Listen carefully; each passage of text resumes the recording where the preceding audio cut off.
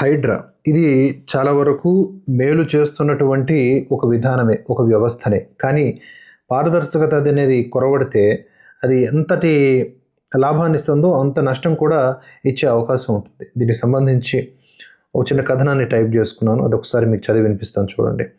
హైదరాబాద్ మహానగరంలో దశాబ్దాలుగా ఆక్రమణలకు గురవుతున్నటువంటి చెరువులు, కుంటలు, ప్రభుత్వ స్థలాల్ని రక్షించే ఉద్దేశంతోనే పుట్టుకొచ్చినటువంటి వ్యవస్థ Hyderabad disaster response and assets monitoring and protection Hydraa.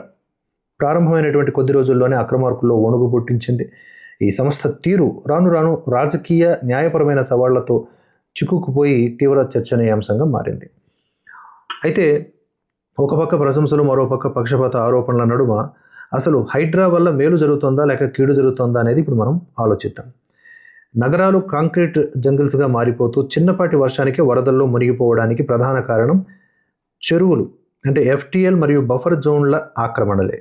ఈ కోణంలో చూస్తే హైడ్రా చేపట్టినటువంటి చర్యలు ఖచ్చితంగా రాష్ట్రహితం, దేశహితం కూడా.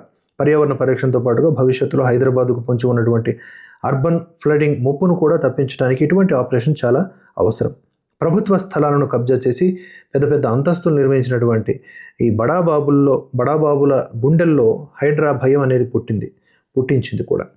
పక్షపాత వ్యవహార ధోరణులు కనుక వ్యవహరించకపోయి ఉంటే రంగనాథ్ గారు కానీ హైడ్రా కానీ ఇంకా ఎక్కువ మార్కులు సంపాదించుకునేది. ఎందుకంటే నిజానికి హైడ్రా కమిషనర్ అయినటువంటి ఏవి రంగనాథ్ గారు కొన్ని ఇంటర్వ్యూలో మాట్లాడుతుంటే వారు ఎక్స్ప్లెయిన్ చేసే విధానానికి ఎవరైనా సరే yes he is doing great job అని అంటారు.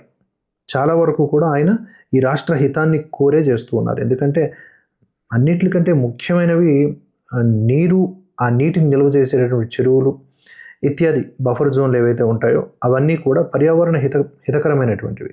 వాటిని కాపాడుకోకపోతే తాత్కాలికంగా కొన్ని బెనిఫిట్స్ కనిపించవచ్చు, కానీ లాంగ్ రన్లో చాలా ప్రమాదాలు ఉంటాయి. ఈరోజు అస్సాం లేకపోతే ఇంకొన్ని రాష్ట్రాల గురించి మాట్లాడుకుంటాం, వరదలని. రేపొద్దున హైదరాబాద్ గురించి కూడా మాట్లాడుకునే ప్రమాదం ఉంటుంది. నీరు నిల్వ ఉండాల్సిన చోట నువ్వు నిలబడిపోతే నువ్వు ఆ నీటిలో కొట్టుకుపోతావు. ఇదే లాజిక్. అలాగే సామాన్యులు, చిన్న చిన్న ప్రతిపక్ష నేతల ఆక్రమణ కట్టడాల్ని రాత్రి కూల్చేసేటటువంటి హైడ్రా అధికార పార్టీకి మిత్రపక్షంగా ఉన్నటువంటి ఎంఐఎం, అంటే కాంగ్రెస్ బోలేతో ముస్లిం బోలేతో కాంగ్రెస్ అనే ఉద్దేశంతోనో, రేవంతుద్దీన్ అనే ఉద్దేశంతోనో మొత్తానికి ఎంఐఎం నేతల విషయంలో ముఖ్యంగా ఓవైసీలకు చెందినటువంటి వైద్య కళాశాలలు, ఇతర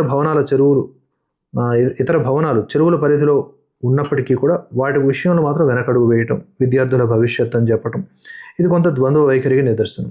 అలా అని చెప్పేసి ముస్లింలు, హిందువులు అని చెప్పి హైడ్రా వ్యవహరిస్తోందంటే లేదు. చాలామంది ముస్లింలకు సంబంధించినటువంటి కమ్యూనిటీల్లో కూడా ఉన్నవారు ఆక్రమణలకు పాల్పడితే వాళ్ళని కూడా మెడపట్టి గెంటేయడం జరిగింది. కొంతమంది రౌడీల్ని, అలాంటి మోకల్ని కూడా ఈ హైడ్రా గట్టిగానే ఫైట్ చేసింది, అలాంటి మోకలతో కూడా.